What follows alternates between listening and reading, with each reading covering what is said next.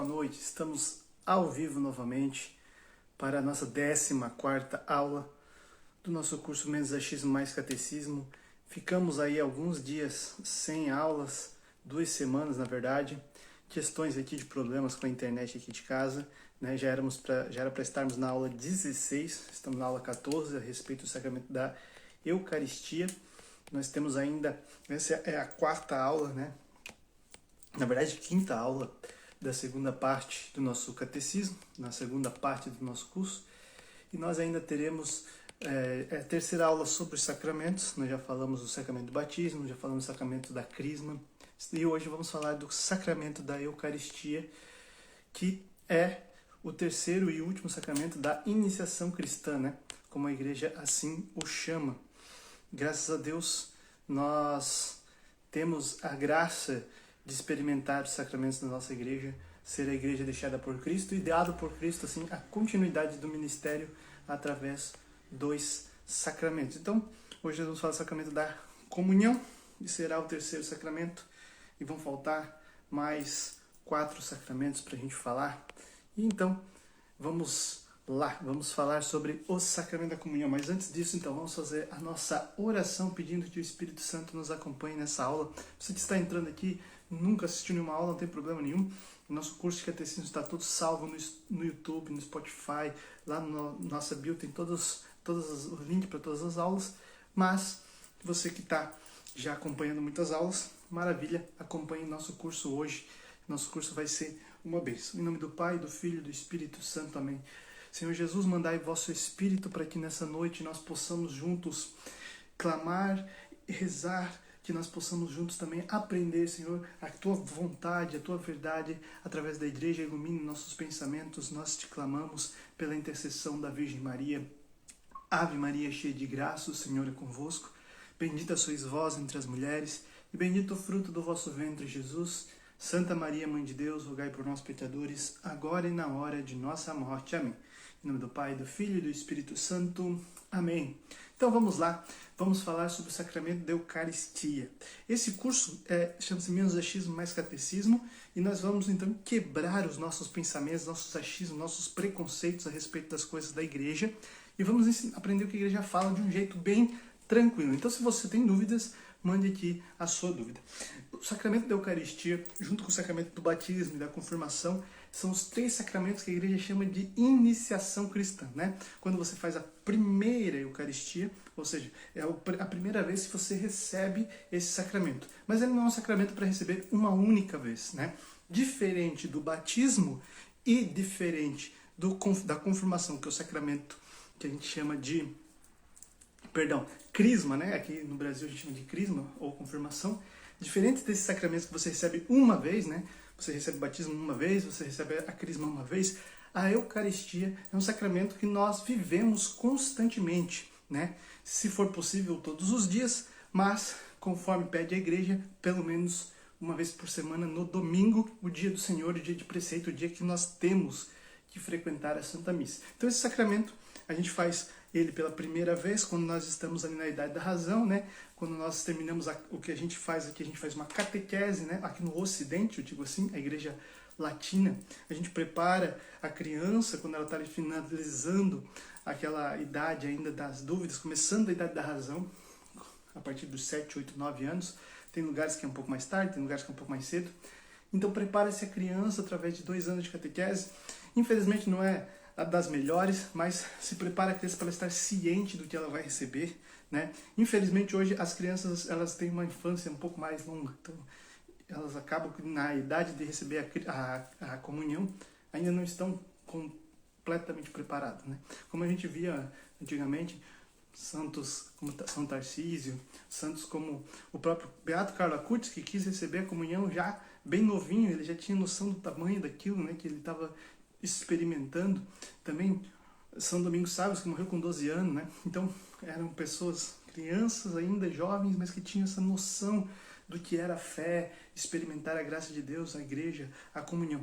Infelizmente hoje assim, nem os adultos nem as crianças estão entendendo o que está acontecendo ali no altar, o sacrifício perfeito. Então a gente faz essa preparação, que é a catequese, e a criança recebe a primeira comunhão. Em outras outros ritos, né, que a gente chama, que é a igreja oriental, normalmente eles dão a comunhão junto com o batismo, né, e tudo, confirmação, dão tudo de uma vez só, né. Então a gente acredita que a criança tem que saber o que ela está fazendo para receber a comunhão. Por isso a igreja latina, a igreja do Ocidente, ela dá a comunhão para a criança quando ela está ali já na idade da razão, faz uma catequese, se prepara e tem toda uma missa bonitinha para receber a primeira comunhão. Por isso é chamado de sacramento da iniciação. Ali você se inicia na fé, né? E torna-te participante do sacrifício de Cristo. A Eucaristia, a gente chama também de comunhão, ele nos torna comuns. Em comunhão, nos traz comum união com Jesus. Isso é sensacional. Imagina que você está unido a Cristo através desse sacramento. Você se une, você se coliga com Cristo. E também com toda a igreja e com toda a igreja, não só na terra, mas também no céu. É como se cada Eucaristia comungada fosse um imã que puxasse todos para estar ligados em um corpo só, em um só lugar. Isso chama-se a comunhão. Isso é maravilhoso. Então participamos do sacrifício de Cristo. Cristo se oferta no altar da missa e nós comungamos o Cristo, participamos da comunhão, participamos da ceia, do sacrifício de Cristo. E isso é fantástico, né? A Santa Ceia, Jesus na Santa Ceia, ele fala, né? Fazei isso em memória de mim. E ele simboliza primeiro o que vai acontecer depois com ele. Então, na Santa Ceia, ele está vivendo ali uma ceia judaica, né? A ceia judaica da Páscoa. Então, Jesus está ali, ele comunga, ele come do pão, ele come do vinho e ele bebe do cálice do vinho. E tem mais um cálice, que é o cálice da consumação, que Jesus não toma ali na ceia, mas que ele bebe, né? Que é o cálice do sacrifício de Cristo. Então, ele completa a ceia no seu sacrifício. Mas a ceia, a última ceia, ela representa todo o sacrifício que ele vai fazer. É o meu corpo que será entregue por vós para a remissão dos pecados. É o meu sangue, o sangue da nova e eterna aliança, que será derramado por vós para a remissão dos pecados. Fazei isto. Depois ele vai dizer, em memória de mim. Então, toda vez que nós comungamos, nós fazemos a memória da morte e ressurreição de Nosso Senhor. Nós relembramos aquilo que aconteceu naquela ceia e no Calvário. Então, nós precisamos viver esse tempo, isso com uma piedade, né? Ali, a comunhão é um sinal da unidade. Todos nós estamos unidos naquele sacrifício. A igreja chama também de vínculo da caridade, né? Olha só o que nos une pelo amor. É o banquete pascal, o penhor da glória futura. O Senhor, com o seu corpo e sangue, penhorou a glória futura. Ele salvou-nos e nos levou para a glória futura. E a Eucaristia é a fonte e ápice da vida cristã. Eu já fiz uma outra aula especial que eu falei a respeito da comunhão, né? Porque havia muitas heresias sendo faladas. Inclusive teve um congresso aí, onde algumas pessoas diziam que queriam fazer a celebração eucarística sem os padres, para que dá mais chance aos leigos, mais voz aos leigos, e também fazer com mais mulheres celebrando. Então isso aí é uma questão, uma pauta ideológica progressista, que queriam impor uma situação.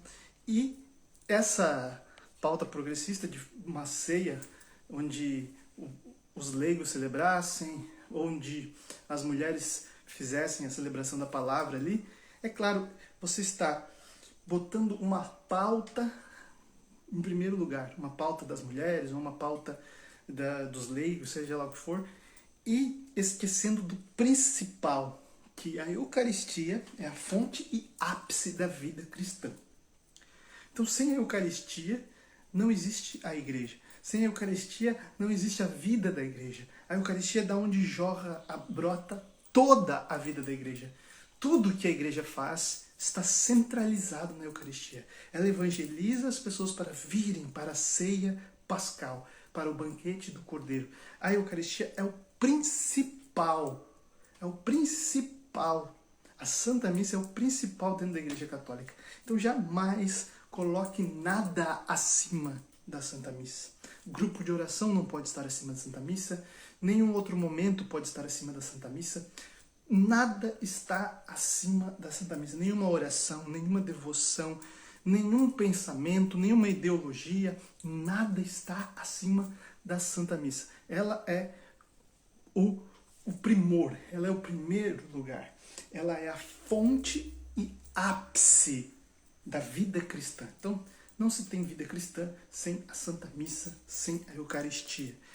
E quem vive desse jeito não vive a verdadeira fé cristã. Quem prega essas palavras também não vive a verdadeira fé cristã, né? A gente vai ver que a mesma pessoa que falou isso, que queria mais celebrações, menos missas, com padres, para que tenha mulheres fazendo celebrações, também falou que eu não me preocupo muito com essa alminha aqui, mas me preocupo mais com...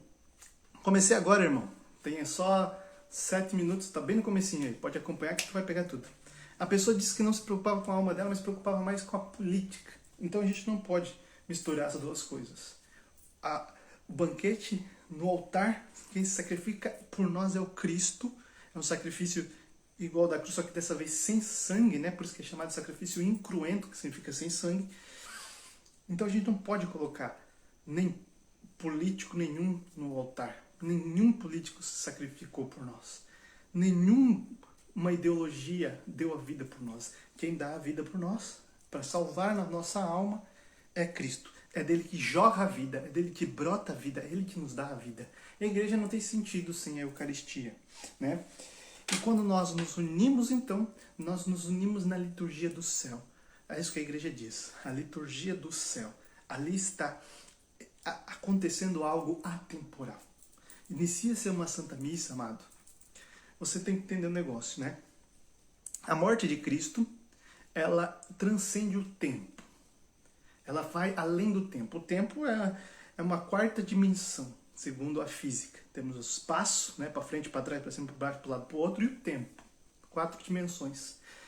E a morte de Cristo transcende o tempo. Ele vai além do tempo. Ele vai para... O que está além do tempo? A eternidade. A morte de Cristo atravessa o tempo e alcança a eternidade. E é algo que acontece e vai salvando a humanidade.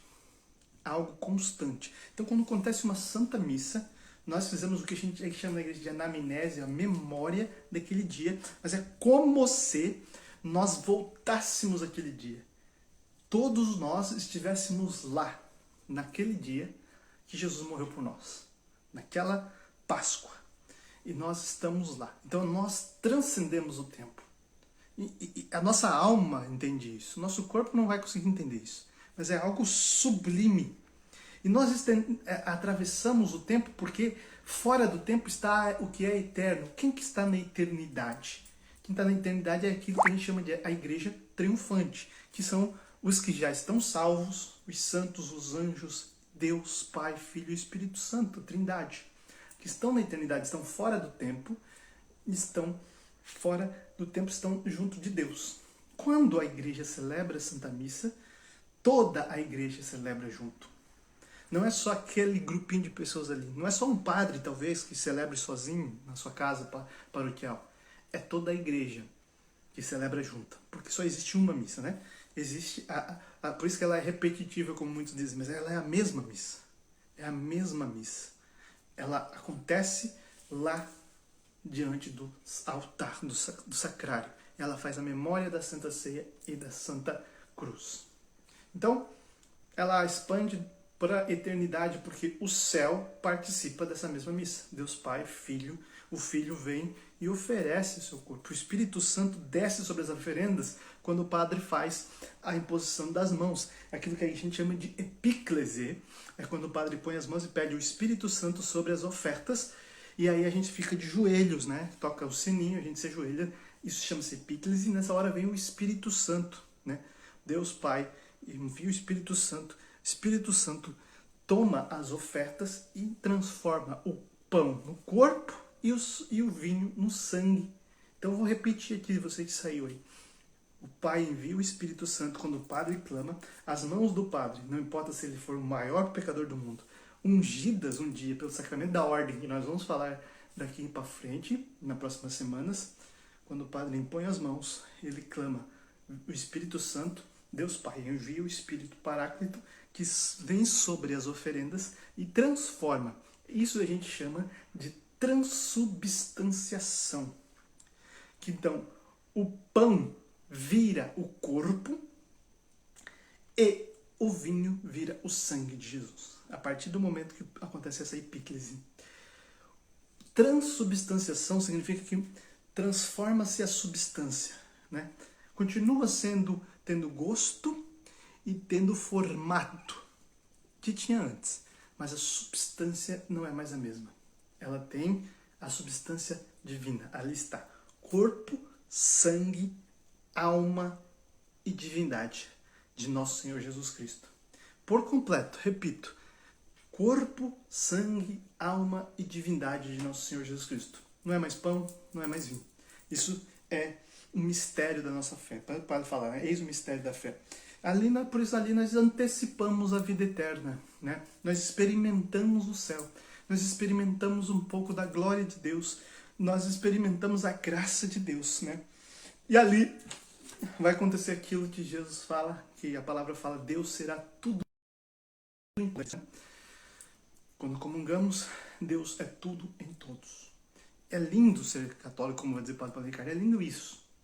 Deus está em nós. Você já parou para pensar, quando você faz a sua Santa Comunhão, às vezes você pega Deus na mão. E às vezes você come, coloca na boca, e sobra partículas. Aquela partícula é Deus inteiro. Aquele pedacinho que sobra na mão é Cristo, corpo, alma e divindade. É Deus por completo. Então ali, né, se você vê que fica, você come também aquele restinho que sobrou na mão. Porque ali está Cristo. Por isso que normalmente a gente recebe na boca por causa desse zelo. Caraca, é Deus que está aqui. Eu não sou digno de recebê-lo. Por isso, a gente vai falar mais pra frente, né? Por que você tem que estar preparado para receber. A igreja dá vários nomes para o sacramento. A gente chama de Eucaristia, né? Que significa, em grego, ação de graças. Mas essa oração Eucaristém e Eulogen são orações de graças que os judeus davam. Então os judeus, se você assiste a série The Chosen, você vai perceber isso. Os judeus, em cada momento do dia, eles faziam uma oração. Eu te dou graças, Senhor, porque eu acordei. Eu te dou graças, Senhor, Deus, Criador do Universo, por esse vinho, fruto da videira. Eu te dou graças, Senhor, Deus, Criador do Universo, por esse pão, fruto, né, do trigo plantado pelo homem. Então, eu vos dou graças, Senhor, por esse alimento. Todos os judeus davam graças, né? E essa palavra ação de graças em grego é Eucaristém. E a gente chama então de Eucaristia. Então os judeus pediam a bênção sobre as obras, pediam a bênção sobre a criação, a bênção sobre as redenções, a santificação, e tudo isso, e as bênçãos sobre as refeições. Tudo isso era ação de graças que eles davam. Então a igreja manteve, né, através dos apóstolos. Os apóstolos eram judeus, eles conheciam bem esses ritos, e eles mantinham esses ritos, porque Jesus, na Páscoa, vai dizer, né, tomou o pão, deu graças e o partiu, né? Pegou o pão, Eucaristia, ou seja, deu graças, o partiu e deu aos seus discípulos, tomai todos e comei, este é o meu corpo. Então Jesus deu graças quando ele ofereceu o seu corpo, né? E assim também o padre dá graças, ele repete isso, tomou em suas mãos, deu graças, partiu e deu aos seus discípulos. Também dá graças, porque no momento existe do ofertório, então que a gente está cantando, colocando dinheiro, fazendo algumas coisas, o padre pega o pão e diz, Senhor, vos dou graças por este pão, fruto do trabalho humano, que se tornará, né? E eu vos dou graças por este vinho, fruto da videira, que também se tornará o teu sangue. Então o padre também faz essa ação de graças. Nós somos convidados também a fazer a nossa ação de graças na nossa vida, claro, em todos os momentos, mas na Santa Missa, principalmente. Então a gente sempre vai muito na questão do pedir, mas a missa é dar graças. Então a gente vai entrar mais nisso, né? Então, a gente também chama de ceia do Senhor ou fração do pão. O que é a fração? A palavra fração, né, a matemática, é a questão da divisão, né? Um quarto é um pedaço de 4. Isso é uma fração, né? Então, é o dividir, o partilhar. Então, aqui, isso significa a fração do pão, o partir do pão. Isso a gente vai ver no Novo Testamento diversas vezes. E depois até vou citar para vocês ali no Atos 20, vai falar sobre, no primeiro dia da semana, as partes estavam reunidos para a fração do pão, que também a gente chama até hoje assim, né? A Santa Missa, a fração do pão, ou a ceia do Senhor, né? Pois a Santa Missa é a ceia do Senhor. Os outros olham para a Santa Missa, né? As outras igrejas, os protestantes principalmente, e não entendem o que está acontecendo, porque para eles uma reunião religiosa, por causa do protestantismo, tornou-se algo diferente do que ela sempre foi em todos os tempos. Em todos os tempos, uma reunião religiosa eram para duas coisas: para fazer sacrifícios e para estudar, né, aquilo que era a religião. Então vamos lá, os maometanos também fazem lá a sua forma de rito. Os judeus tinham o templo era o lugar de sacrifício, no templo tinha um altar, o altar era incensado, né? O altar onde colocava-se o sacrifício, o sacerdote era esse que oferecia o sacrifício. Então esse rito, esses nomes, essas formas continuam na igreja. E tinha, além do altar, que ficava dentro do templo, onde se oferecia sacrifícios, porque acreditava-se que ali no templo estava a Arca da Aliança, né? E ali na Arca da Aliança estava a presença de Deus, então ali eu deveria oferecer um sacrifício a Deus. E também os judeus tinham as sinagogas. A sinagoga, né? Tinha o templo lá em Jerusalém e tinha as sinagogas. As sinagogas, então, era o lugar onde os judeus se reuniam para ouvir a palavra. Então, uma pessoa fazia a leitura da palavra, né? E tinha também todo um ritual para fazer essa leitura da palavra. Depois se sentavam-se e alguém que lia a palavra fazia essa interpretação, né? Essa parte de falar da palavra, o que a gente chama de pregação, né? Então, eles tinham isso. O que a Igreja Católica tem de diferente? Todo o lugar, todas as igrejas, traz o templo. Ou seja, a casa de Deus, a presença de Deus, traz o altar, o local do sacrifício e traz também a mesa da palavra. Todas as igrejas, né? Os judeus tinham lugares separados para isso, os católicos têm um lugar para isso. E os protestantes não, né? Os protestantes, eles vão... cada um faz de um jeito maluco. Tem protestantes que fazem a ceia, tem protestantes que acreditam, né? A igreja luterana, se não me engano, acredita que durante a ceia Cristo se faz presente no pão, mas acabando a ceia ele não está mais presente. Então, existem várias crenças diferentes, mas a maioria das pessoas acredita que vão lá para somente sentar e ouvir, que aquele que está lá na frente vai falar comigo, né? E esse pensamento não está 100% correto. Então parece até que o padre está atrás de uma mesa, na qual ele está, como se o altar fosse um umbanda, onde ele proclama, e ele está falando conosco, mas ele está falando com Deus. Ele está ali, em persona Christi, fazendo o sacrifício, ofertando o sacrifício para Deus, em nome de toda a Assembleia. Por isso que antigamente o padre ficava de costas, né? A Assembleia ficava atrás, o padre na frente, como se a Assembleia entregasse para o padre, e o padre tinha a autoridade, então, de sacerdote, de fazer a oferta. E a oferta era o próprio Cristo no altar. Por isso a gente chama de ceia do Senhor na igreja, também a Santa Missa, e ela também tem a questão da palavra, né? Ela é a Assembleia Eucarística, a gente chama também de Simax, Memorial da Paixão, Santo Sacrifício do Altar, todos esses são nomes, né? Então, Memorial da Paixão, a gente relembra a morte e ressurreição de Nosso Senhor Jesus Cristo. E tem um nome que eu acho o melhor de todos, que é o Santíssimo Sacramento. Que a gente canta, né? Tão sublime sacramento. Eu acho maravilhoso quando a gente vai lá no Santíssimo. porque a gente está dando o verdadeiro valor àquilo. Não é, a gente não chama de uma forma pejorativa, mas se chama de santíssimo, que ele é, porque é Deus, sacramento, porque ele é sacramento. Está sacramentado. Ele, próprio Deus, se fez dos sacramentos para estar conosco. Isso é incrível. A gente também chama de comunhão, como eu falei, e Santa Missa. Missa tem a questão de significar o banquete e também a questão de significar a missão, né? Então tem esses dois sentidos. Missa também significa banquete, onde estamos no banquete do Cordeiro, como eu tinha falado antes, e também tem esse sentido de missão, né? Então vamos lá. A gente está aqui falando da oferta, no sentido do sacrifício, do sacramento. O sacramento engloba tudo, tá?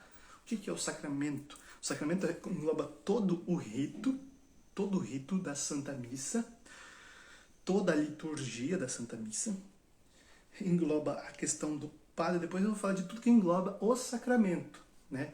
Missa, a gente chama de comunhão, a gente chama de tudo isso, é todo o sacramento. E a Eucaristia é todo o sacramento. Mas nós temos o costume de chamar, né, a partícula que é Jesus sacramentado, nós chamamos de hóstia. E esse também é um nome adequado, nesse sentido, nessa questão do sacrifício, porque hóstia significa vítima.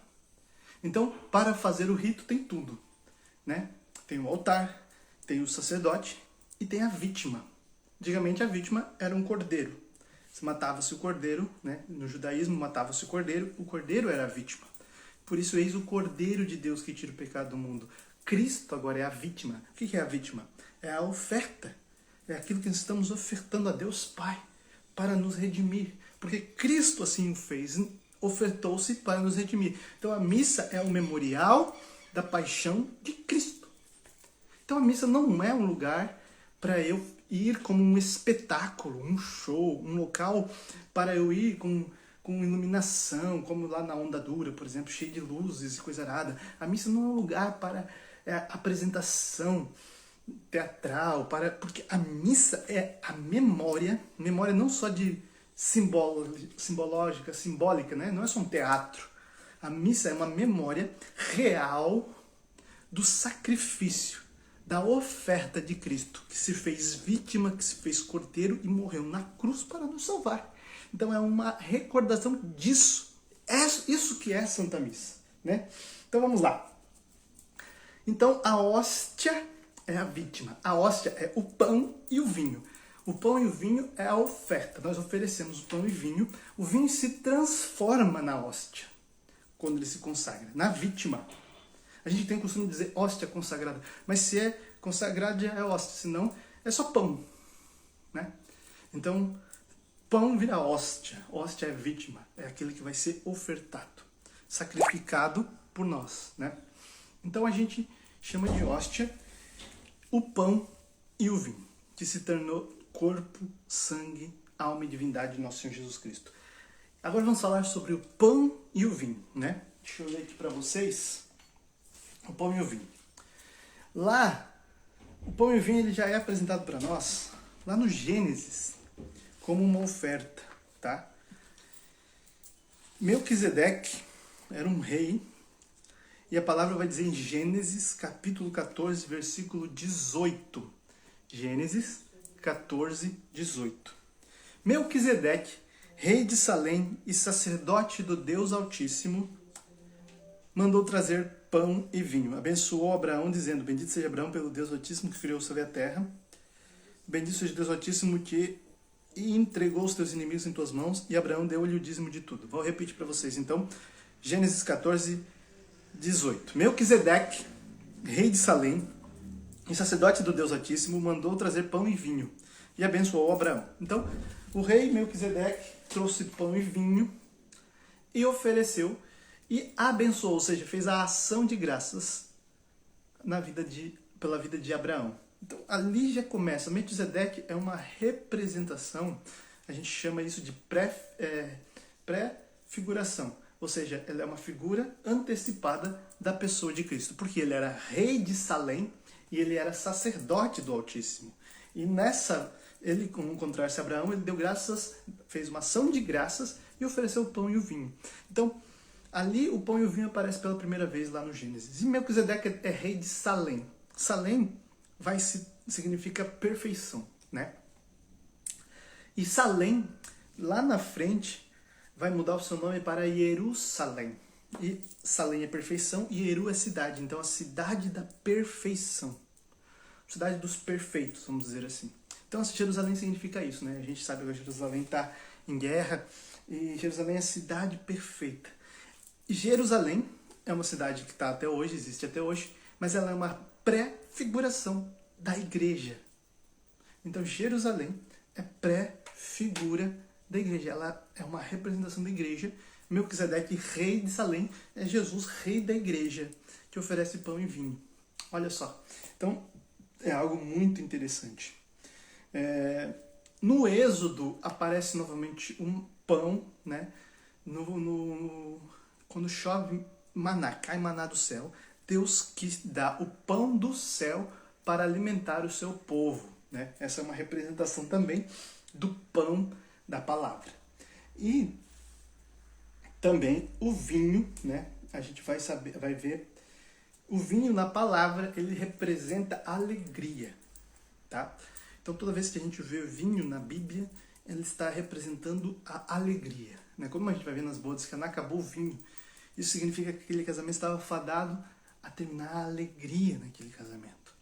E logo que acaba o vinho, então Nossa Senhora intercede, Jesus faz aí, transforma água em vinho. Então a gente vai ver Jesus mexendo com essas coisas, do pão e o vinho, durante a sua vida aqui na Terra também. Você vai perceber, né? Jesus, ele multiplica os pães. Ele multiplica os pães e sobra 12 cestos.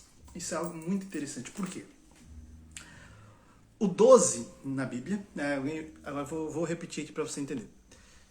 Então, o pão, Jesus multiplicou os pães e sobrou 12 cestos. E o 12 representa a totalidade. Por quê? Existiam 12 tribos de Judá.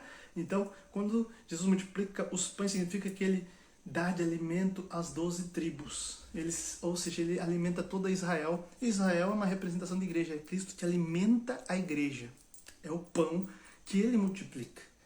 E ele faz multiplicar para também a gente entender a missa, onde a gente comunga vários Cristos. Como é que é isso? É a multiplicação dos pães. E depois Jesus transforma em bodas de Caná a água em vinho, né?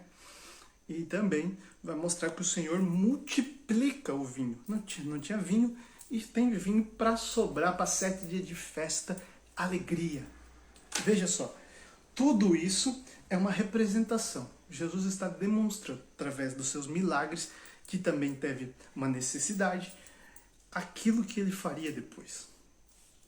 Jesus caminha sobre as águas, mostrando que ele pode ter poder sobre o seu corpo e sobre a natureza. Ele multiplica os pães, mostrando que tem poder sobre a matéria.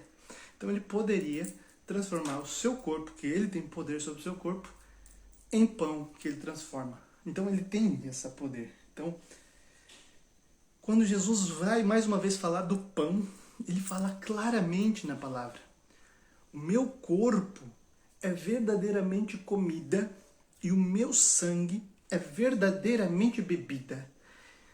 Então, só haverá vida em vós se você comer do meu corpo e beber do meu sangue. Aquele que não comer do meu corpo e não beber do meu sangue, não terá a vida. E aí muitas pessoas começaram a virar as costas e dizer que aquela palavra de Jesus era dura, né? Quando a gente vai falar que Jesus falava palavras duras, muitas vezes a gente esquece que o que o Senhor está falando é da Eucaristia. É do sacrifício do altar. Então o Senhor diz isso.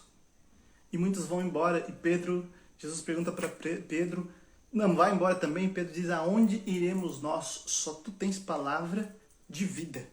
Então a Eucaristia e a cruz, para os outros é loucura, mas para nós é palavra de vida. Olha que bênção, né? Nós temos que sempre lembrar disso. Então vamos lá. Então falei sobre o pão e o vinho. E vamos lembrar da Santa Ceia, a instituição desse sacramento.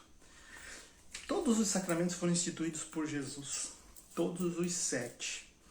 Na Santa Ceia, Jesus institui 2 sacramentos. O sacramento da ordem para os apóstolos, fazer isto em memória de mim, e da Eucaristia, né? Este é o meu corpo, este é o meu sangue, que ele já vinha falando disso antes, né? E os apóstolos entenderam depois em Pentecostes. Eles receberam o Espírito Santo e compreenderam Jesus e puderam dar continuidade, né, à ceia pascal, à ceia, à comunhão, à Eucaristia. Esses 2 sacramentos que Jesus institui na Santa Ceia. A palavra começa dizendo que, tendo amado os seus, amou-os até o fim, né? E o fim não significa o fim aqui da vida de Jesus terrena, quando acaba ali o Evangelho, não. O fim é o fim, ou seja, o fim dos tempos. Ele amou todos até o fim. E por isso ele quis continuar conosco. Então ele ordenou os apóstolos, porque o trabalho não poderia ser terminado, não estava terminado, estava começado, né? Os apóstolos e a igreja são a continuação da obra de Cristo. Os apóstolos, Paulo vai entender isso, vai dizer que então nós somos o corpo, Cristo é a cabeça. Então Cristo continua na terra através da Santa Igreja. E ele não só continua na terra vivo através da Santa Igreja, da ação da Igreja, das palavras da Igreja, mas ele continua vivo na terra através da Eucaristia. Então isso tudo é maravilhoso. Cristo deu sentido então para a Páscoa judaica. Os judeus viviam a Páscoa, vivem até hoje, por obediência a Deus, que pede a Moisés que faça aquele rito. Mas os judeus viviam isso por um sentido que eles não conseguem entender na vinda de Cristo, na vida de Cristo como Messias, que responde, vamos dizer assim, completa tudo que acontece no tempo judaico, né? O tempo do povo de Deus, o tempo de Israel, o tempo anterior do tempo da igreja. Então vamos lá, para você entender. A Páscoa judaica começa enquanto o povo ainda está no Egito. Moisés é mandado por Deus até o Egito, lembra? Deus manda Moisés chega no Egito e fala, olha, liberta o povo de Deus. Deus pede para libertar o povo. O rei não dá bola, Moisés volta, pede de novo e dá suas provas, né? Que ele está ali amando de Deus, né? O seu bastão vira uma cobra e tudo mais. E o faraó não acredita, acha que é truque. Então Deus manda acontecer algumas pragas no Egito, né? Gafanhotos, começa a dar doenças, moscas, o rio Nilo vira sangue. Então começa a ter prejuízo o povo do Egito.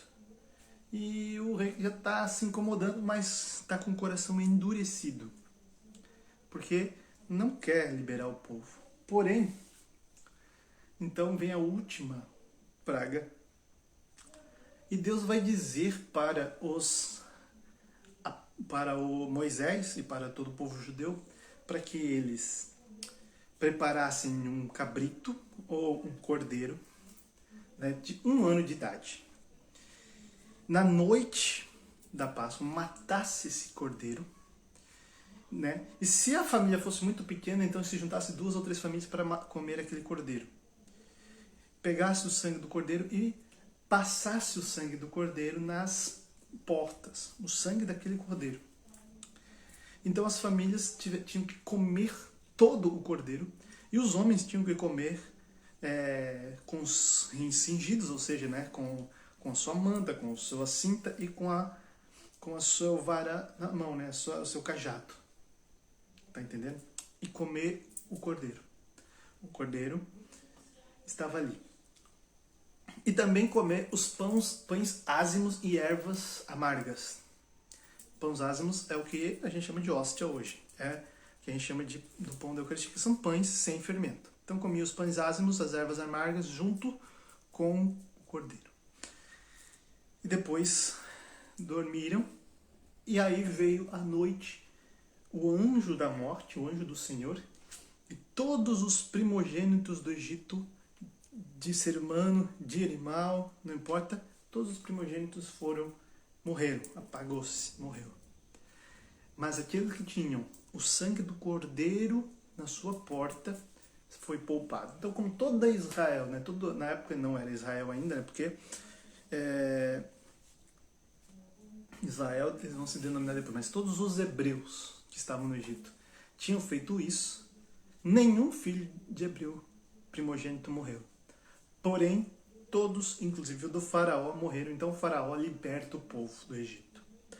No meio do caminho, né, o faraó vai, então, enquanto acontece tudo aquilo, né, o mar vermelho se abre, fecha no faraó, mata o exército dos egípcios e caminham 40 anos no deserto. Nesse meio tempo, o Senhor pede para eles repetirem sempre nesse tempo, o Senhor vai dizer que tempo tem que ser feito, esse rito de matar um cordeiro e comer o cordeiro com os pães ázimos. Isso é a Páscoa, que significa Pesach, que tem esse sentido de passagem. Então foi aonde eles passaram da escravidão para a liberdade. Entende? Então Jesus completa isso. Quando Jesus aparece na beira do Rio Jordão, aonde estava o profeta João Batista, ele diz: eis o Cordeiro de Deus. Eis o Cordeiro de Deus que tira o pecado do mundo. Né? E assim o Senhor, ele é o Cordeiro. Que ele é um Cordeiro que morre e o seu sangue salva. E acontece essa Páscoa, que é a passagem da morte para a vida. Mas não da morte somente de Cristo, da ressurreição de Cristo, que ele morre, vive e ressuscita na Páscoa. Mas é a passagem da nossa morte, da nossa condenação à morte eterna, para uma chance de vida eterna que nasce do lado aberto de Jesus da cruz, que nasce de Cristo que morre.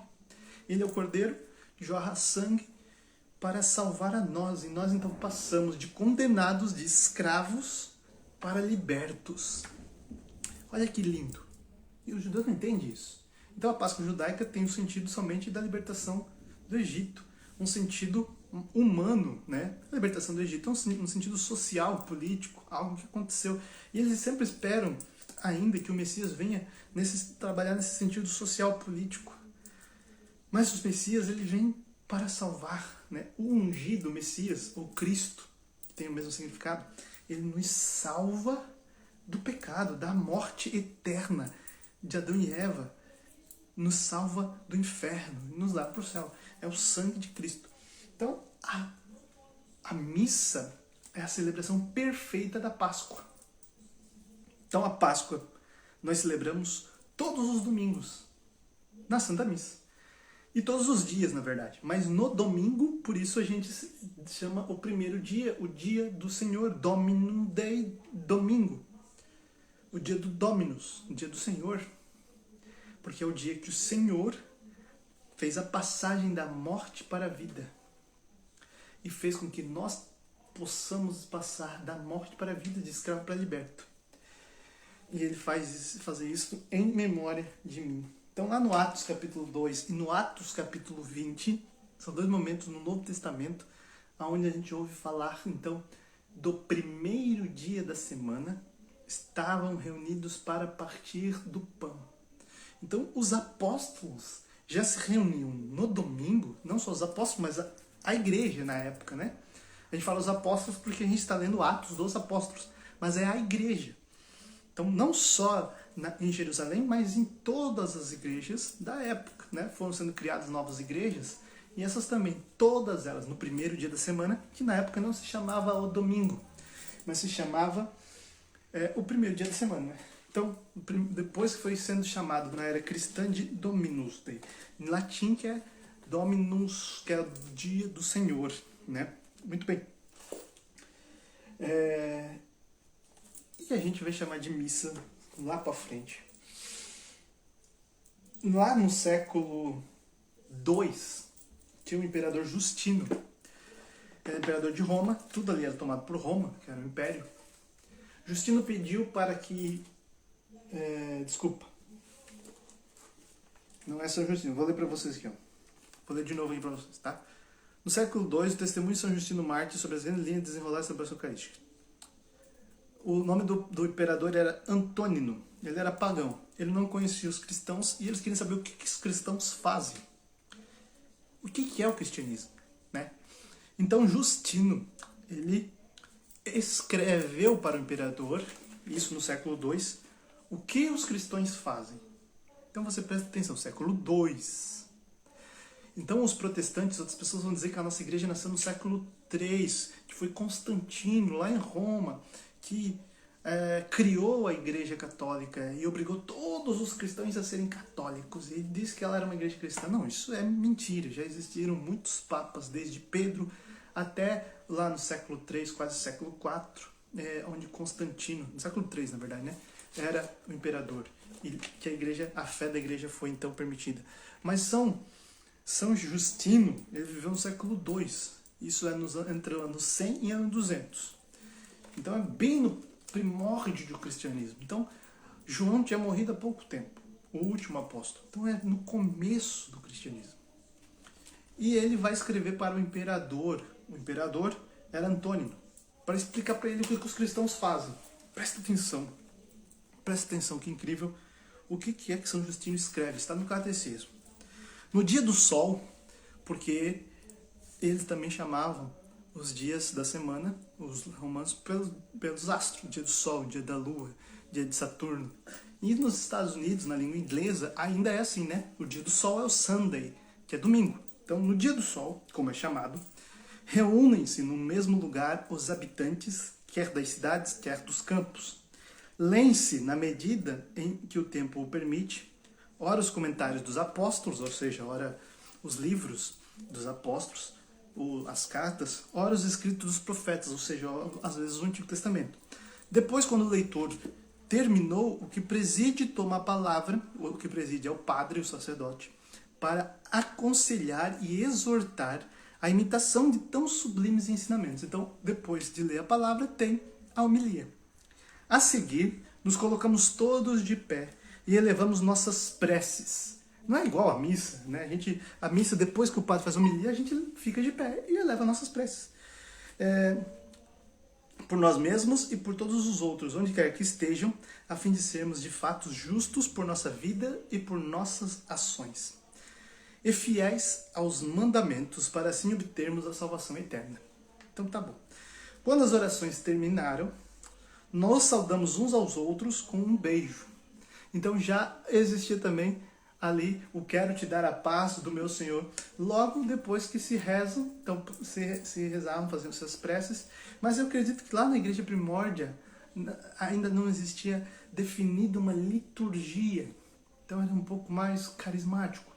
Então eles rezavam, cada um, talvez não fosse alguém lá na frente ler preces, mas rezavam-se pelas preces. Senhor, faça isso. Rezávamos e depois nos abraçávamos, dávamos a paz, o beijo santo no irmão, né? Naquela época não tinha essa maldade que a gente tem hoje, de que o beijo é isso, aquilo. O beijo era essa declaração, né, para o outro de que eu quero o seu bem, né? E o beijo, claro, um beijo decente, né? Honesto. Em seguida, leva-se aquele que preside aos irmãos um pão e um cálice de água e de vinho misturados, exatamente como é na missa hoje, né? Ele os toma. Hoje quem leva para o padre é o coroinha, né? Ou o acólito. Faz subir louvor e glória ao Pai do Universo, o que a gente chama de ação de graças, quando o padre então recebe aqui o ofertório. A gente está falando do ofertório. No nome do Filho e do Espírito Santo, e rende graças. Em grego, Eucharistian, que significa ação de graças. Então ele pega o pão e faz a Eucaristia, faz a ação de graças. Longemente pelo fato de termos sido julgados dignos desse dom. Terminadas as orações e as ações de graças, todo o povo presente aclama dizendo amém. Depois de o presidente ter feito a ação de graças e o povo ter respondido, os que entre nós se chamam diáconos distribuem a todos os que estão presentes pão, vinho e água eucaristizados. E levam também aos ausentes. Então, os que chamavam-se diáconos, eles distribuíam o pão. E o vinho misturado com água, que a gente tem ali, eucaristizado, ou seja, depois de ter dado graças, ou seja, ter sido transformado no corpo e sangue de Cristo. E também levava aos ausentes, quem estava doente, quem estava idoso, que não tinha condição de estar lá. É linda a igreja do século II, eu estou falando da igreja do século II. Então, para aqueles que vão dizer que as pessoas acham que a gente vai na missa, e a missa foi inventada ano passado. A missa foi... Os protestantes acreditam que a gente inventou a missa lá agora, há pouco tempo. Então eu acabei de ler para vocês aqui uma descrição de São Justino Mártir do século II, dizendo que a missa começa com as leituras, ora dos Atos dos Apóstolos, ora, isso no século II. Para você ter uma ideia, no século II, o cânon bíblico não tinha sido definido. Então essas leituras dos apóstolos, muitas vezes eram cartas que os apóstolos tinham enviado às igrejas, escritos dos apóstolos, e também leituras das profecias antigas. Então o padre fazia homilia, depois todos faziam suas orações de preces, depois então se saudavam com um beijo, depois se fazia o ofertório do pão e vinho, se distribuía. E claro, a missa era bem mais curtinha, bem mais simples, provavelmente as orações não eram tão inteiras, tão complexas como são as de hoje, não tinham tantas orações, mas ela era a missa de hoje, no século II, gente. Então se alguém vier com um papinho, que é a igreja que inventou isso, católicos que se deu... No século II, é entre os anos 100 e ano 200. No ano 101 ao ano 200. O apóstolo João morreu no ano 90.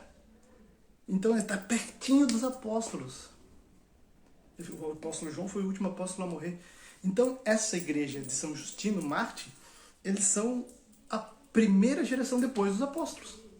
É a primeira geração de cristãos que não tinham os apóstolos mais, mas que seguiam os apóstolos. Isso é a Igreja Católica. Se você vê, então, a nossa Santa Missa, ela vai ser falada lá no Atos 2, no Atos 20, mas também falada aqui.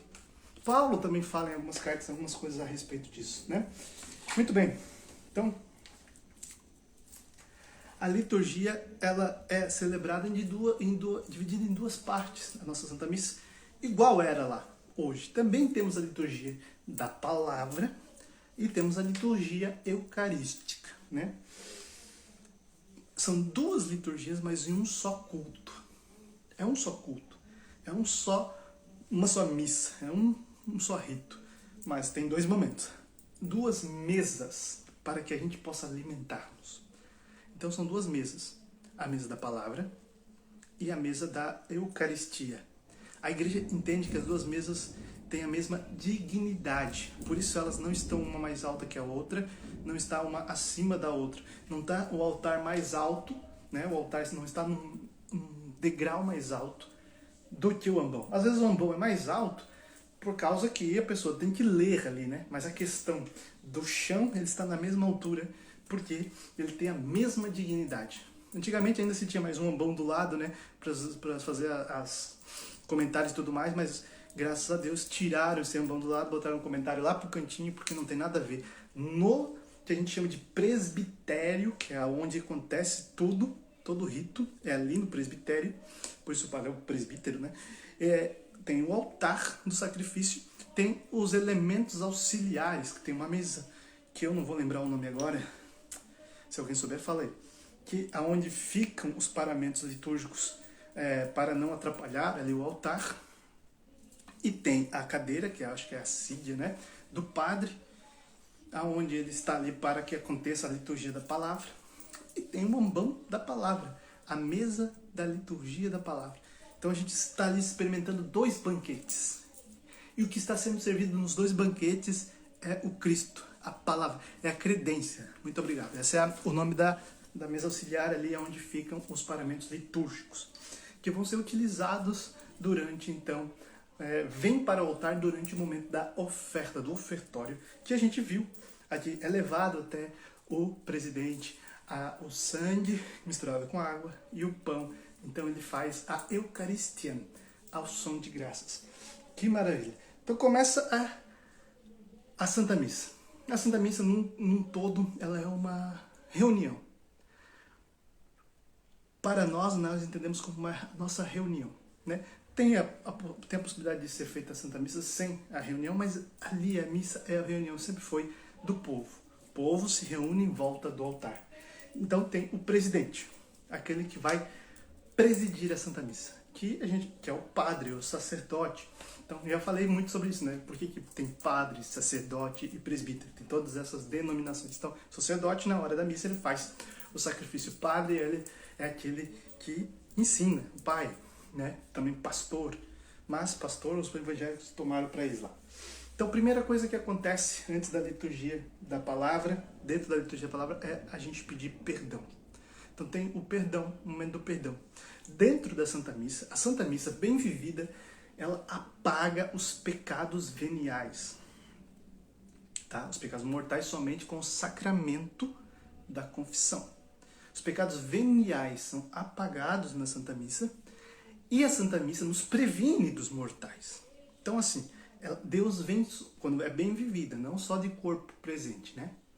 Mas bem vivida. A missa ela vem, a graça de Deus sobre nós, quando a gente está bem vivendo ela nos apaga os pecados veniais e ela nos previne também dos futuros veniais e dos futuros mortais. Ela nos dá uma graça. Nós crescemos em graça. Nem que seja um pouquinho, mas crescemos na graça de Deus. E esse crescer em graça nos acende lá dentro da nossa alma aquilo que recebemos no sacramento do batismo, lembra que eu tinha falado antes? E nos dá potência para viver a santidade. E essa potência é nos dons do Espírito. Um deles é a fortaleza, um deles é o temor de Deus. Isso nos evita pecar, tá bom? Então vamos lá. Depois, então, da liturgia da palavra, tem a primeira leitura, o salmo e o evangelho, e no domingo tem mais uma leitura, né? Essa é a liturgia da palavra. E tem a homilia. Tem missas que não é obrigatória a homilia, mas é maravilhosa a questão que tem a homilia, né? Então o padre faz a homilia. Encerrando essa homilia, então temos as preces igual lá na antiga igreja que eu li para vocês. Quem tem o catecismo, gente, pega aí na sua casa aí e lê isso aqui que é maravilhoso. Número, vou ver se eu tirei da página aqui agora, né? Mas lá no catecismo vai falar isso. Eu acho que eu marquei aqui. Eu já tinha marcado antes. Vai falar como era uma missa no século II. Então lá já tem a questão das preces, depois das preces o ofertório. Na missa de domingo a gente reza a profissão de fé, né? Então sobre a profissão de fé nós temos 10 aulas sobre a profissão de fé, que é que a gente chama de creio. O nome correto é profissão de fé, né? Creio é só a primeira palavra e ela é um nome bom porque explica tudo que a gente crê, né? Ou a gente chama do latim credo, né, também. Mas é o nosso creio. A gente reza, normalmente, o creio simplificado, né? Creio em Deus Pai Todo-Poderoso, que é Deus da Terra e em Jesus Cristo. Não, a gente não reza o creio sendo constantinopolitano, que é o maior, que vai detalhar cada mais partes da nossa fé. E aí, às vezes, algum padre ou outro puxa um creio desse, mas normalmente é o creio simplificado na Santa Missa. Depois as preces, depois vem o ofertório. E o ofertório é a Eucaristia, é a ação de graças. É triste que a gente está, nesse momento, colocando dinheiro numa caixinha, né? E é tão bonito. Lá em Joinville, veio um missionário e ensinou para todos nós. No momento que, se você quer botar dinheiro, oferecer, é o seu dom, né? Você trabalhou. Então, ali está a oferta do povo, né? Que se transformou no pão e no vinho, e o padre oferta, né? E dá graças a Deus pelo pão, dá graças a Deus pelo vinho, faz essa ação de graças. Mas lá em Joinville a gente aprendeu assim que nós temos que sair do nosso lugar, ir até o altar. Não só colocar lá na caixinha, que eu esqueci o nome, mas a Ana, se estiver na live, vai me ajudar, o nome da caixinha que se põe o dinheiro. Mas também ofertar lá na frente do altar os teus dons, não só os teus dons financeiros, mas tua vida, os teus pecados, as tuas graças, Oferecer a Deus tudo. Senhor, eu te entrego aqui minha vida, meu coração, minha família. Né? Eu já vi uma cena de uma mãe colocar um bebezinho assim na caixinha e dizer, Senhor, eu estou entregando meu filho. Né? Depois ela pegou de volta, claro.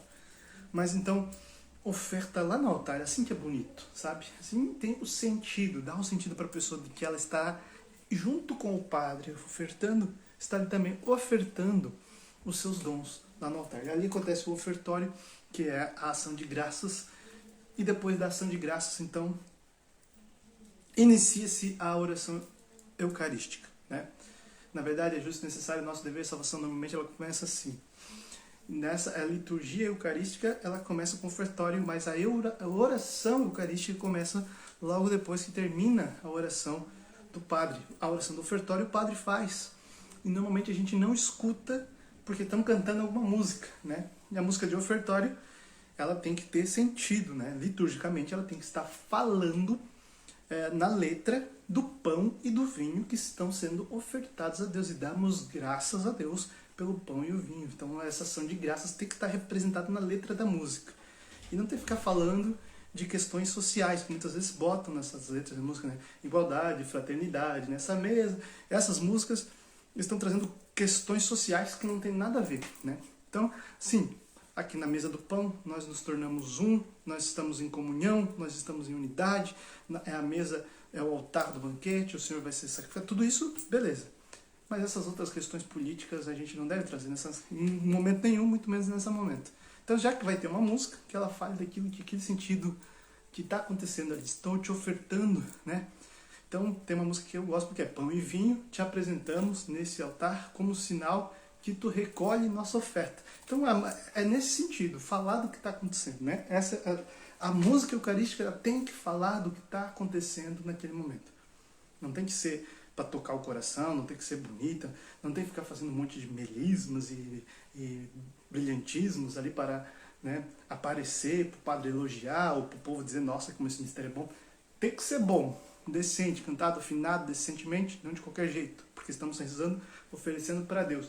Mas ela tem que fazer sentido, ela tem que ornar, tem que ter harmonia no que está acontecendo ali. Amém? Então, na oração eucarística, né, ali é o prefácio para a renda de graças, e nós, na verdade, é justo necessário, nosso dever salvação, dar-vos graças sempre, todo momento. Então, esse prefácio, o Padre rende graças a Deus.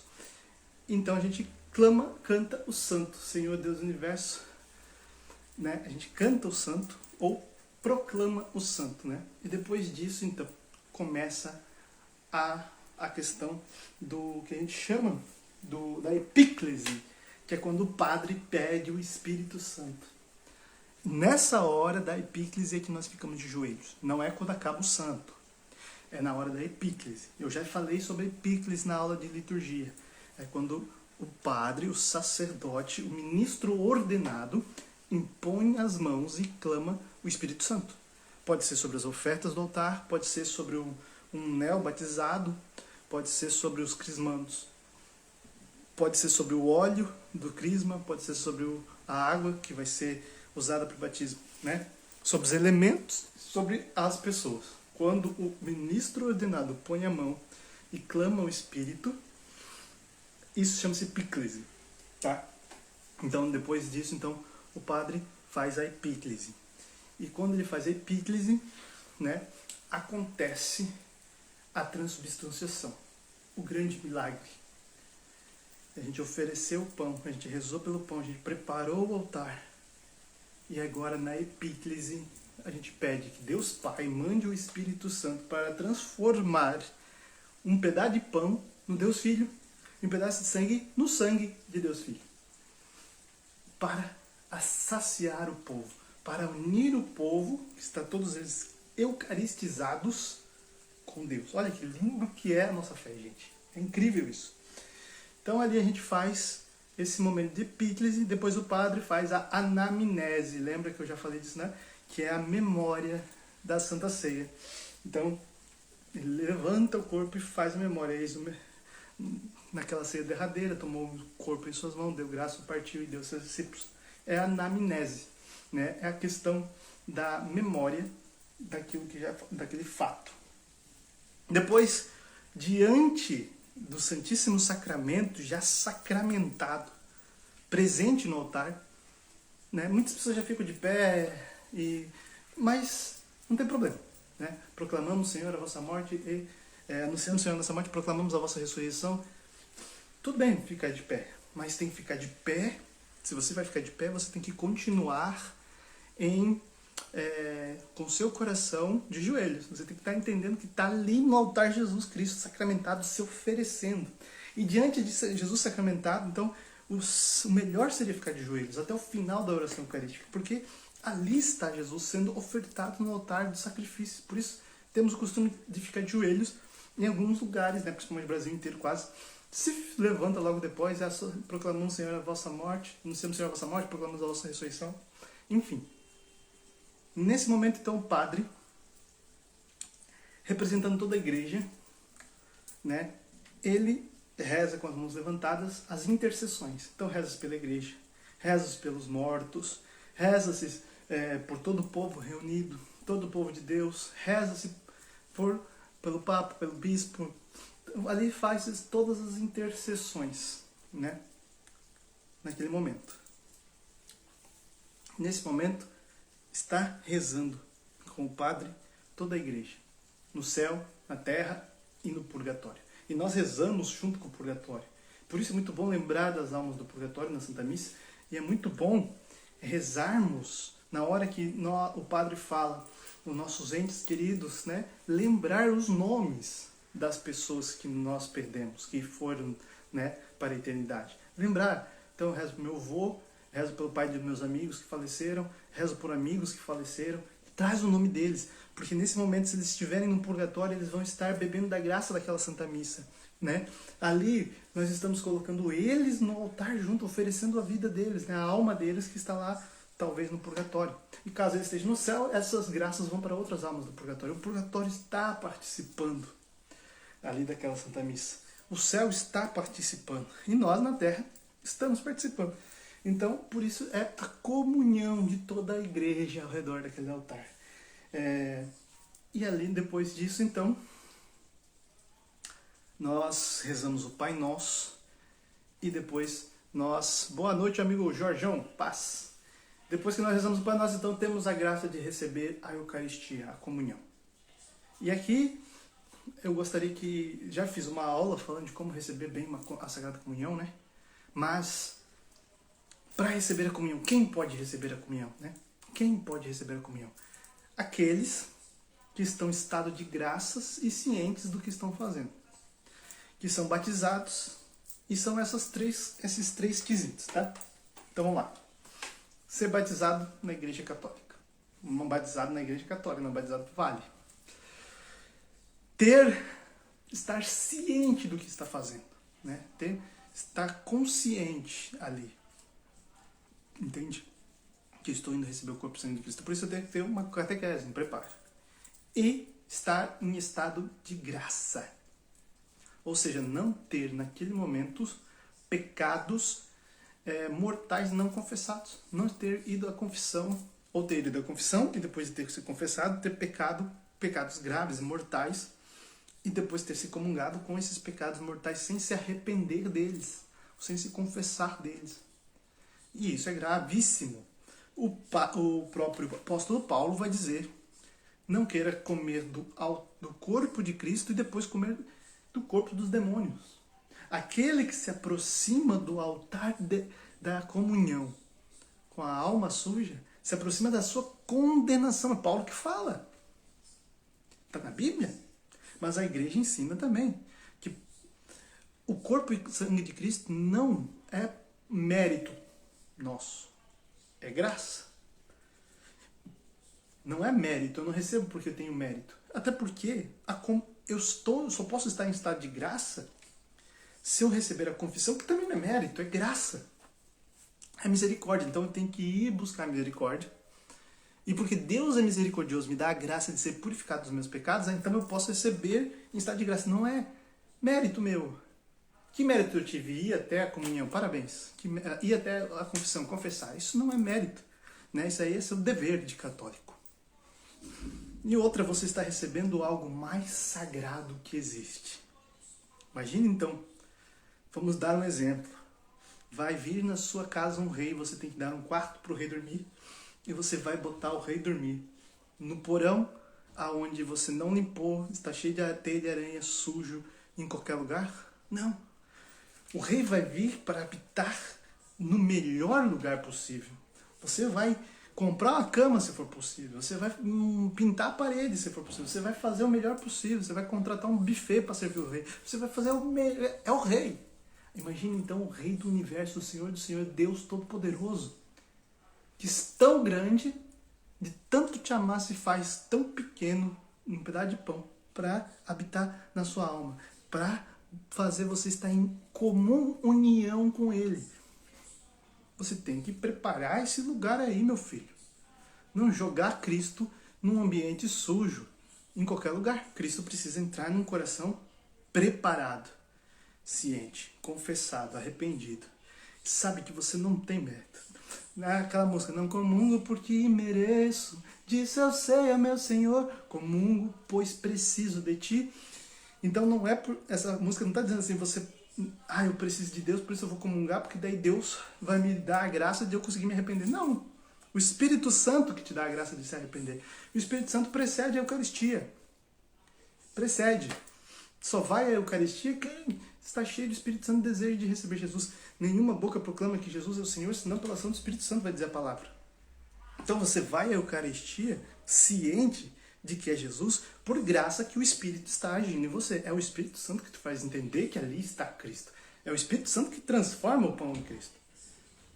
Então não vem com esse papo, né? Não comungo porque mereço, disse você, não deturpe a letra da música. Você não comunga porque merece. Você não merece nada. Imagine se alguém vai merecer. Pensa comigo, alguém merece, neste mundo inteiro, em toda a história da humanidade, alguém tem tanto mérito para receber Jesus no seu coração, para receber Jesus, para Deus Todo-Poderoso habitar nele. Ninguém tem, ninguém merece. É graça, é amor de Deus. Eu não comungo porque mereço, mas comungo pois preciso. Deus vem porque Ele sabe que nós precisamos dele para ser santos.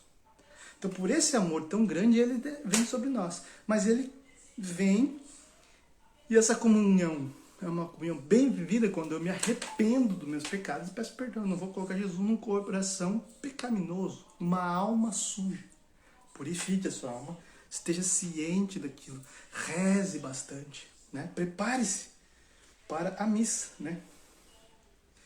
Muito bem, sobre a Páscoa judaica e a Páscoa cristã eu já tinha falado, né? Acaba a missa.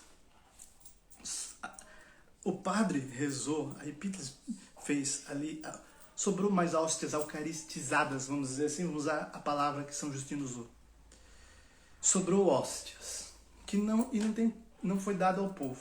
São Justino vai dizer que o pão e o vinho, né, eucaristizados, é dado ao povo pelos diáconos, e o que sobrava, então, era levado aos ausentes. A igreja acredita que, no partir do momento que Cristo se fez presente no pão e vinho, Ele estará presente até esse pão e vinho ser consumido. Como é que ele é consumido? Quando eu como ele, então ele se digere dentro do meu corpo, né, corre pelas minhas veias até ele ser diluído, ou ele ser diluído na água. E quando ele é diluído, então não tem mais a presença de Cristo. Amém? Mas enquanto ele estiver intacto, inteiro, ali está a presença de Cristo. Outras igrejas acreditam até na presença de Cristo na oferta ali, no pão. Mas só durante a ceia. Quando acaba a ceia, volta a ser pão na cabeça deles. A igreja acredita que, uma vez pedido que o Espírito transforme o pão e o vinho em corpo, sangue, alma e divindade de Cristo, vai ser até ser diluído, ou em mim ou na água.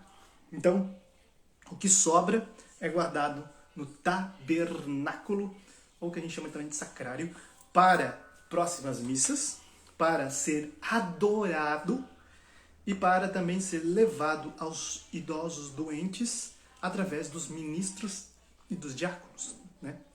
Então, a reserva, que a gente chama de santa reserva, é o que sobra. São as sobras, as santas reservas são guardadas no tabernáculo sacrário. Então, sempre vai ser feito, né, dentro de uma missa para sobrar, para ter a santa reserva, para caso necessário tenha ali, sem precisar rezar uma missa rápida, para levar para um doente, alguém que está entre a vida e a morte, né? Alguém que precise, que não tenha condição de ir até a igreja porque está acamado, está no hospital, está doente, está idoso, né?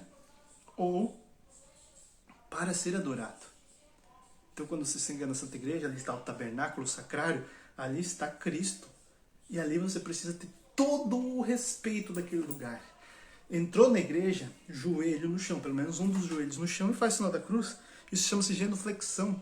Você reconhecer que não está entrando na padaria, não está entrando no boteco, não está entrando no banheiro, você está entrando na presença de Deus. E olha, às vezes eu vou entrar na padaria e eu quero fazer genuflexão. Eu pera que não é igreja, de tanto que a gente entra na igreja, né?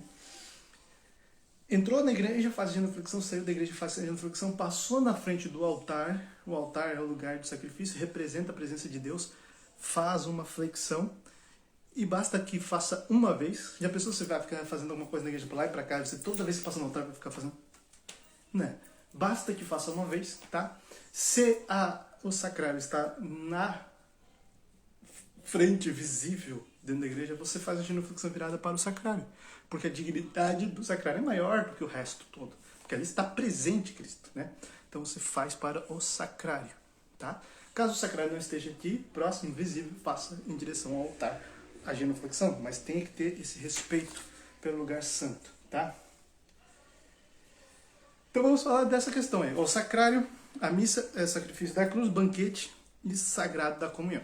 O altar é o sacrifício e mesa do Senhor, símbolo do Cristo, vítima oferecida.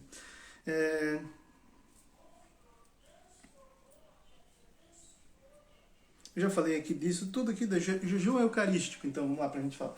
Tinha falado de tudo que estava aqui na frente que eu tinha preparado, eu acabei falando antes. Mas a igreja pedia antigamente que se fizesse, antes da missa, um jejum de algumas horas, né? E esse jejum foi diminuindo conforme o tempo fosse passando, de 5 horas para 3, e agora, hoje, a igreja pede que seja feito um jejum de 1 hora, um jejum eucarístico, né? Para que a igreja entenda que se você for comer 1 hora antes, não bata uma feijoada, né? 1 hora antes da Eucaristia, mas coma algo leve para que durante a comunhão, quando você receber Cristo, não se misture com um monte de comida, mas tenha um respeito, né? Então esse jejum, e também não só por isso, mas pela questão do jejum eucarístico, né? De você fazer um jejum para receber a Eucaristia, né? Uma questão a outra. Mas hoje a igreja pede algo a respeito de 1 hora. Então não é algo tão complicado. Se você for uma missa comum que dura 1 hora, normalmente você vai chegar meia hora antes da missa começar, tá? Então se você vai chegar meia hora antes da missa começar, até a comunhão vai demorar 1 hora. Então não é tão complicado de você lembrar. Quando você for comer, antes da missa, dê pelo menos, né, uns 50 minutos antes da missa começar. Uns 40 minutos antes da missa começar. Não deixe para ficar muito próximo da missa a hora de comer, tá? Outra coisa a respeito da missa é o vestir-se, né? Vamos falar do básico. Você vai num júri, você vai num juiz, num julgamento, sei lá, você vai usar roupas sociais, você vai usar roupas decentes, porque ali é um júri. Você vai diante, num casamento, por exemplo, que é, claro, um sacramento, mas até os protestantes, até os pagãos, até quem não está nem aí, vai bem vestido para um casamento. Porque a ocasião pede que você se porte decentemente, né? Claro, tem gente que não se porta, mas certo seria se portar decentemente. Então, sim, existem roupas para cada ocasião. Claro que o católico ele precisa usar roupas decentes em todos os lugares. Mas, infelizmente, a gente precisa dizer isso, né? Vista-se com respeito ao santo sacrifício, né? Não vai lá de bermuda, de chinelo, de camisa de time, não entre de boné na igreja, né? Vista-se conforme a ocasião. Você está entrando no lugar mais sagrado que existe. Você está na presença do Rei, diante do trono do Senhor. Você está ali, diante da cruz do Calvário. Tenha respeito por este lugar, por este ambiente. Vista-se conforme, né? Então a igreja pede. A igreja recomenda, né, que a gente participe da missa sempre que possível, né? Estou em casa terça-feira, estou fazendo nada, mas está tendo missa na igreja. Eu tenho condição de ir. Se eu não for por preguiça, eu vou ter que repensar aí quais são as minhas prioridades, né? Estou cansado, vou dar uma descansada, ou quero ficar em casa vendo TV. Agora, a que a igreja nos pede como mandamento da igreja é a missa aos domingos, e mandamento do Senhor, né? Terceiro mandamento, é guardar domingos e festas de guarda. Ou seja, então, frequentar a Santa Missa. Isso é, participar da Santa Missa. Participar da lembrança da Páscoa no dia da Páscoa, que é o domingo, dia do Senhor. No domingo. E todas as festas de guarda. Então, cada país tem ali as festas de preceitos, dias de solenidade. Festas de preceito são dias que nós temos que ir. Normalmente são festas marianas, ou o dia de Corpus Christi, alguns outros momentos que são a Páscoa, né, o mesmo próprio dia da Páscoa, que são preceito. Mas a maioria dentro do Brasil é jogado para o domingo. Então, para que ninguém falte, né? Nos tempos atuais, tem esse problema das pessoas trabalharem o dia inteiro e estudarem e não ter como ir, e até não ter celebração durante a semana. Então, a igreja entende e ajuda o povo botando as solenidades e dias de preceito no domingo. Mas isso aí, todo ano, a gente tem que ir lá olhar o calendário, ver quais são os dias de preceito, tá? Também tem primeiro dia do ano, tem dia 8 de dezembro, que é nosso dia, são dogmas marianos, tem questões assim mas às vezes a igreja joga pro domingo, né? A gente também tem a dúvida a respeito da comunhão em duas espécies ou uma espécie só, né? Por que a gente não comunga o pão e o vinho? Agora imagine só, uma comunidade com 700 pessoas, todas elas comungar pão e vinho. Haja vinho, haja pão, é muito gasto, é muita dificuldade para fazer isso. E também tem problemas de higiene, problemas de que toda pessoa vai pegar, né? Existe ali uma forma certa para fazer, mas é complicado. Então, a igreja entende que uma espécie só, que é o corpo, é suficiente porque todo corpo já tem sangue, né? O corpo tem sangue. Então, se você recebe o corpo de Cristo, você recebe o corpo completo, alma, corpo, sangue, alma e divindade no corpo, tá? Mas também pode ser feita, tem pessoas que têm intolerância a glúten, né? Então elas recebem o vinho, né? Elas têm que avisar a igreja traz somente o vinho, ela comunga do vinho e está recebendo a comunhão, tá bom? Mas assim, é por questões de logística, né? Questões de tempo, questões de dinheiro também, porque botar vinho para todo mundo, e questões de higiene, tá? Então imagina assim, todo mundo pegar o pão e molhar no vinho, um por um, isso aí um vai encostar com o dedo, vai ser um problema. Então a igreja, como mãe mestra, vê uma forma mais simples, mais tranquila de fazermos a comunhão. Os protestantes tomam num copinho assim o vinho, tem um copinho, pega um pãozinho e um copinho e toma, né? Mas eles não dão a dignidade para aquilo de sangue do Senhor. Nós acreditamos que é o sangue do Senhor, então nós vamos tomar num copinho, tá bom? Frutos da comunhão, para a gente encerrar essa aula, na nossa aula. União íntima com Cristo, tá? Conserva, aumenta e renova, hoje eu estou coçando muito nariz, tá? A vida da graça batismal, tá? Liberta dos pecados veniais, como eu já tinha falado, e nos protege, nos previne dos pecados mortais. Fortalece o dom da caridade. Nos faz igreja, membro do corpo de Cristo, né? Então, isso são alguns dos frutos da comunhão. União íntima com Cristo. É o que nós mais buscamos. Então, aonde nós vamos buscar essa união íntima com Cristo? Na comunhão. Nem que seja receber a Eucaristia ou a visita ao Santo Sacramento, né? Ao altar, ao tabernáculo, vamos dizer assim, né? Ao sacrário. São João Bosco disse, se você quer poucas graças, vá poucas vezes ao sacrário. Mas se quer muitas, vá muitas vezes. Então, aqui vai nos trazer mais união, uma intimidade com Cristo. Quer intimidade com Cristo? Santa Missa, comunhão, né? Lá você vai ter a leitura da palavra, você vai se alimentar da palavra e se alimentar do próprio Cristo. Amém? Então, vai nos conservar, vai aumentar e renovar a vida da graça batismal. Então, o que é a graça batismal? É a graça que recebemos no batismo. Quais são as graças que recebemos no batismo? Recebemos a graça de sermos libertos do pecado. Cristo morre na cruz jorra sangue e água, a água nos batiza. Então, a graça que Cristo alcançou na cruz, quando nós somos batizados, ela nos alcança. E nós temos as graças de Cristo. E quando temos essas graças de Cristo, quando nós comungamos, nós reavivamos essa graça de Cristo em nós. A graça santificante, né? Que nós recebemos no batismo. Veja só.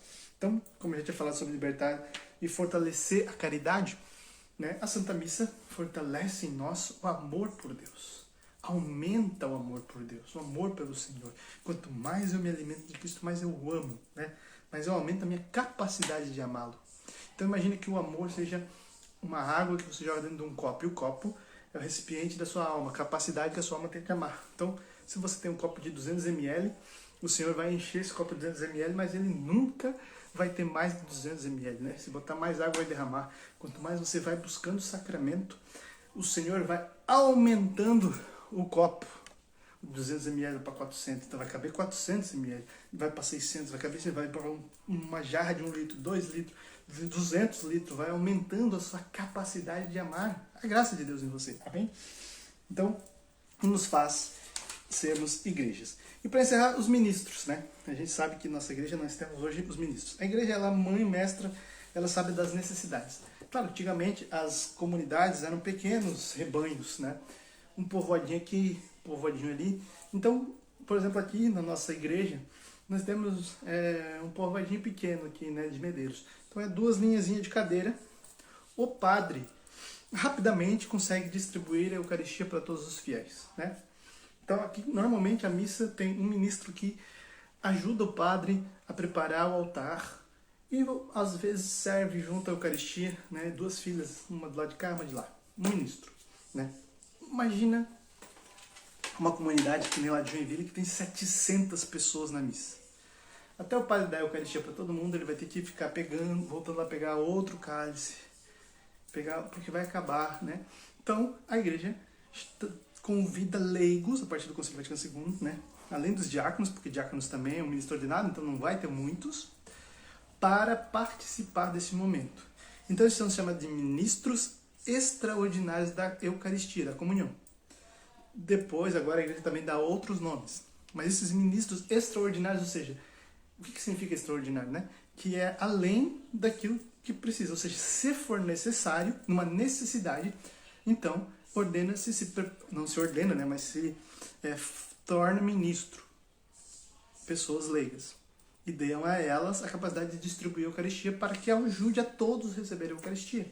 Então o padre, o diácono e os ministros vão servindo a Eucaristia para que todos possam receber a Eucaristia e não demore muito tempo, né? E também os ministros, quando o padre tem muitas atividades, os diáconos muitas atividades, os ministros então ficam responsáveis também de visitar e levar a Eucaristia. Então, os ministros são chamados de extraordinários porque são convidados a servir nas paróquias e comunidades que têm essa necessidade, pois ela é muito grande e necessita então que eles ajudem o padre e também os diáconos a servirem a Eucaristia, a servirem o altar e a distribuir também aos doentes e aos ausentes. Amém? Então, essa foi a nossa aula sobre a Eucaristia, nossa aula 14ª. Logo ela estará no YouTube, no Spotify, tá bom? E logo também vai estar aqui salva para vocês. Então, semana que vem, quarta-feira, 19h30, não perde, né? Já se programa, já esteja preparado para estar aqui comigo às 19h30 para a nossa 15ª aula do nosso curso Menos Achismo Mais Catecismo. E aí vamos falar do sacramento da reconciliação, o sacramento da confissão. Amém? Então vamos agradecer a Deus. Eu agradeço a Deus pela sua vida, por você ter assistido até aqui, ter ouvido, se você está ouvindo no Spotify, né, você ter acompanhado essa live. Deus abençoe você e a sua vida. Amanhã é dia de Nossa Senhora Aparecida, vá à Santa Missa, né? Beba dessa graça agora também, conhecendo um pouco mais, entendendo um pouco mais do sacramento da Eucaristia. Vá à missa, honre a Nossa Senhora, padroeira do nosso Brasil, reze pelo Brasil, reze também para que Nossa Senhora cuide das vítimas das guerras e de todos os males deste mundo, para que Nossa Senhora seja aquela que diminui aí a desgraça desse mundo, porque ela é cheia de graça. Amém? Vamos rezar então por tudo isso. Ave Maria, cheia de graça, o Senhor é convosco. Bendita sois vós entre as mulheres, e bendito o fruto do vosso ventre, Jesus. Santa Maria, Mãe de Deus, rogai por nós pecadores, agora e na hora de nossa morte. Amém.